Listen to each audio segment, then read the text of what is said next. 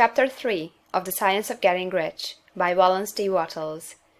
Chapter 3 Is Opportunity Monopolized? No man is kept poor because opportunity has been taken away from him, because other people have monopolized the wealth and have put a fence around it. You may be shut off from engaging in business in certain lines, but there are other channels open to you. Probably it would be hard for you to get control of any of the great railroad systems. That field is pretty well monopolized.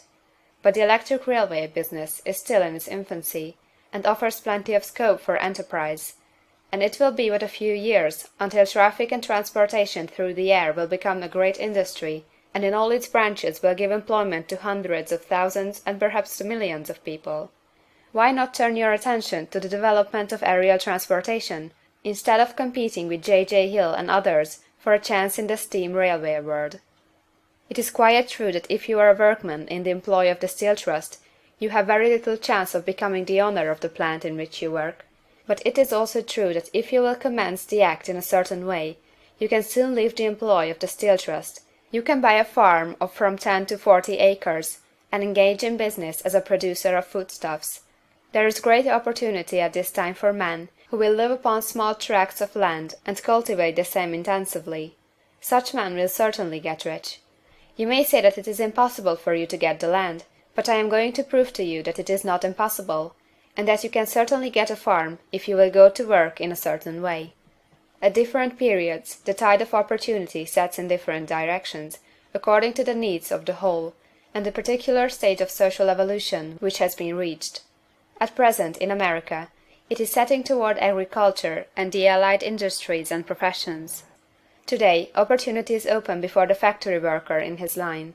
It is open before the businessman who supplies the farmer more than before the one who supplies the factory worker, and before the professional man who waits upon the farmer more than before the one who serves the working class. There is abundance of opportunity for the man who will go with the tide, instead of trying to swim against it. So the factory workers, either as individuals or as a class, are not deprived of opportunity. The workers are not being kept down by their masters. They are not being ground by the trusts and combinations of capital. As a class, they are where they are because they do not do things in a certain way. If the workers of America chose to do so, they could follow the example of their brothers in Belgium and other countries, and establish great department stores and cooperative industries. They could elect men of their own class to office, and pass laws favoring the development of such cooperative industries, and in a few years they could take peaceable possession of the industrial field. The working class may become the master class whenever they will begin to do things in a certain way. The law of wealth is the same for them as it is for all others. This they must learn, and they will remain where they are as long as they continue to do as they do. The individual worker, however, is not held down by the ignorance or the mental slothfulness of his class. He can follow the tide of opportunity to riches, and this book will tell them how. No one is kept in poverty by a shortness in the supply of riches. There is more than enough for all. A palace as large as the Capitol at Washington might be built for every family on earth from the building material in the United States alone, and under intensive cultivation this country would produce wool, cotton, linen, and silk enough to clothe each person in the world finer than Solomon was arrayed in all his glory, together with food enough to feed them all luxuriously. The visible supply is practically inexhaustible, and the invisible supply really is inexhaustible. Everything you see on earth is made from one original substance, out of which all things proceed. New forms are constantly being made, and older ones are dissolving, but all are shapes assumed by one thing. There is no limit to the supply of formless stuff, or original substance. The universe is made out of it, but it was not all used in making the universe. The spaces in, through, and between the forms of the visible universe are permeated and filled with the original substance, with the formless stuff, with the raw material of all things. 10,000 times as much as has been made might still be made, and even then we should not have exhausted the supply of universal raw material.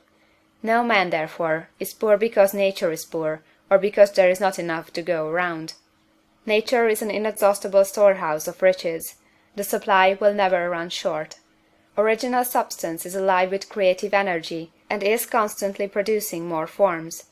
When the supply of building material is exhausted, more will be produced. When the soil is exhausted, so that foodstuffs and materials for clothing will no longer grow upon it, it will be renewed, or more soil will be made. When all the gold and silver has been dug from the earth, if man is still in such a stage of social development that he needs gold and silver, more will be produced from the formless. The formless stuff responds to the needs of man, it will not let him be without any good thing. This is true of man collectively. The race as a whole is always abundantly rich, and if individuals are poor, it is because they do not follow the certain way of doing things which makes the individual man rich. The formless stuff is intelligent. It is stuff which thinks. It is alive, and is always impelled toward more life. It is the natural and inherent impulse of life to seek to live more. It is the nature of intelligence to enlarge itself, and of consciousness to seek to extend its boundaries and find fuller expression. The universe of forms has been made by formless living substance, throwing itself into form in order to express itself more fully. The universe is a great living presence, always moving inherently toward more life and fuller functioning. Nature is formed for the advancement of life. Its impelling motive is the increase of life. For this cause, everything which can possibly minister to life is bountifully provided. There can be no lack unless God is to contradict himself and nullify his own works. You are not kept poor by lack in the supply of riches. It is a fact that I shall demonstrate a little farther on, that even the resources of the formless supply are at the command of the man or woman who will act and think in a certain way. End of chapter 3.